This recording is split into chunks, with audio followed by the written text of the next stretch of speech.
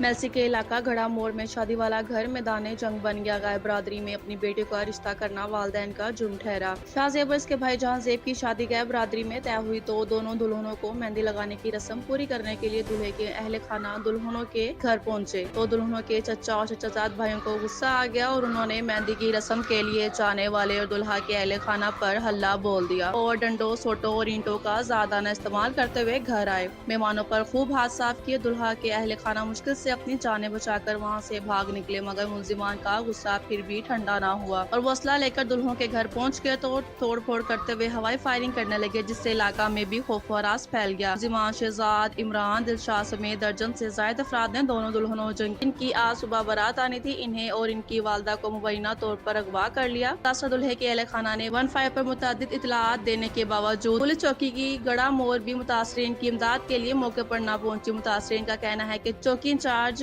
शाहिद नदीम और ASI मुख्तार ने मुलजिमान से भारी रिश्वत लेकर इनकी पुश्त पनाही की है। मुलजिमान ने मसला होकर दोबारा घर आकर तोड़ फोड़ की और हवाई फायरिंग भी करते रहे। मुलजिमान बासर हैं और कार्रवाई नहीं होने दे रहे। सुबह बारात है और हमारी दुल्हन मुलजिमान उठाकर ले गए हैं। मुतासरीन ने RPO मुल्तान और DPO वहाड़ी से नोटिस लेने का मुतालबा किया है।